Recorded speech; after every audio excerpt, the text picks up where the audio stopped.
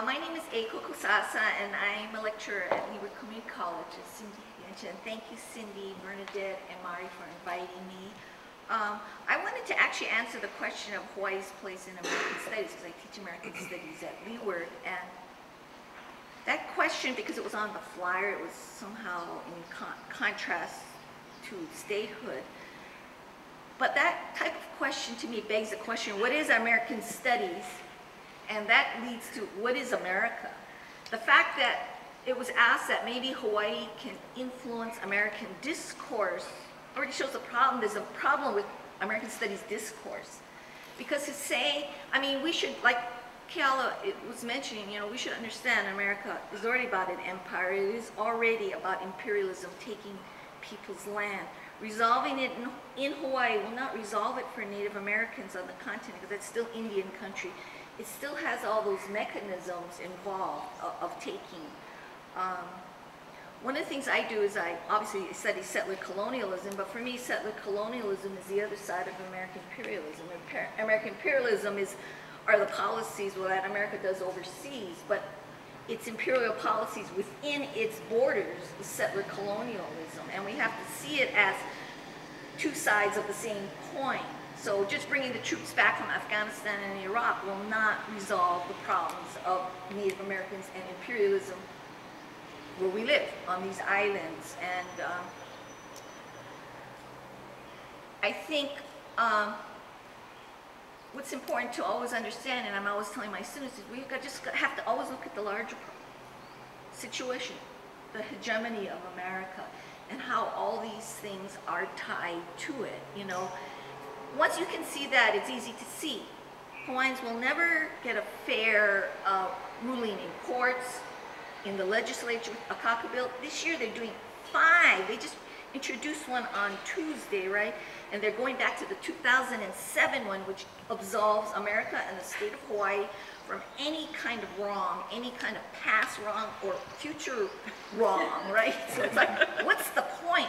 But it shouldn't be surprising if you understand what America is. It's a settler colonial state. It's a settler state. That's how I look at it. And once you see that, you realize, okay, then the native lands is that what's that question? That's what's at stake. And this is why they, as Dean was saying, they're categorized differently from everybody else. Even those people of color have had different kinds of oppression.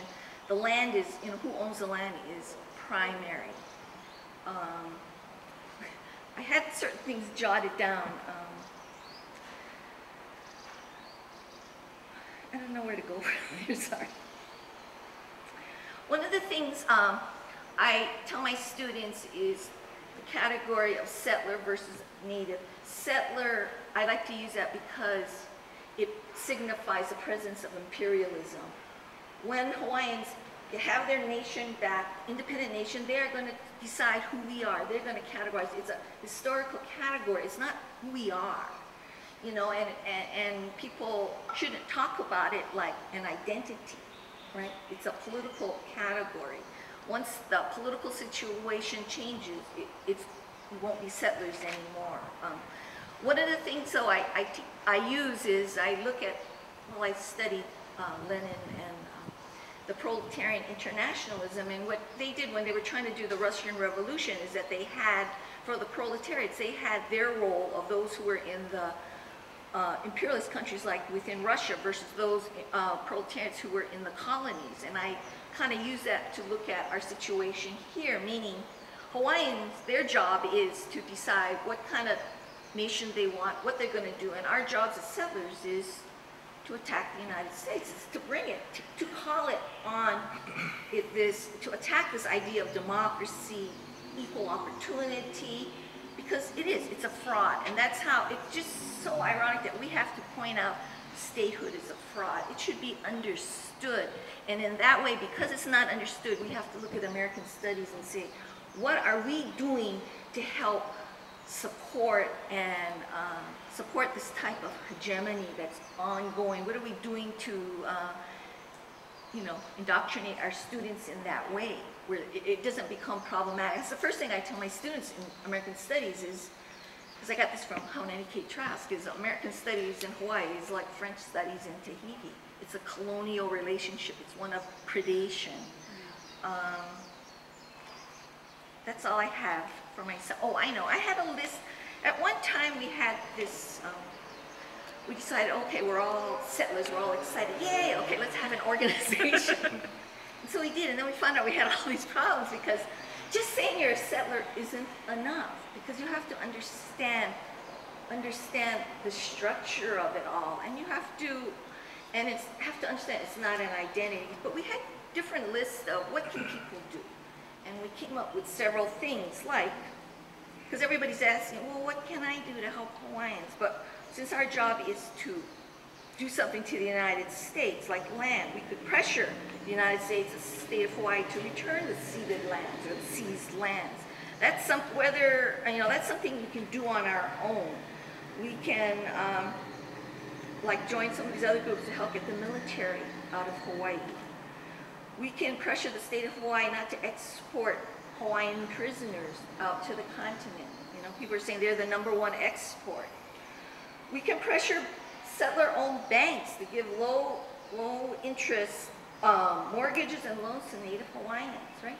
We can do things to start to change society right now. These different things that it's not going to take convincing a whole bunch of people. If just us here in this room understand that, we can take up different projects to do it.